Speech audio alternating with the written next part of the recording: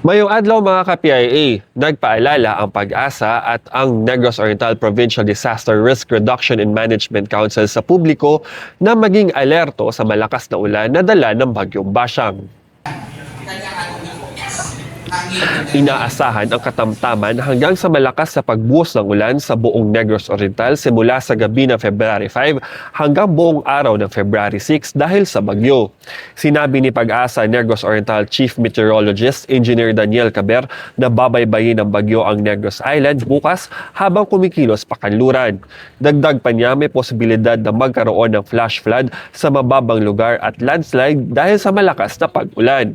Posible ring tumaas ang level ng tubig sa mga ilog dahil sa ulan.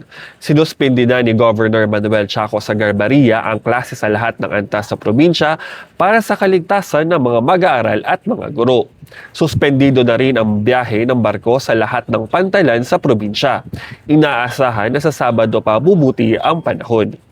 Yan ang update mula sa Negros Oriental. Manatiling nakatutok sa Philippine Information Agency at iba pang state media para sa karagdagang update.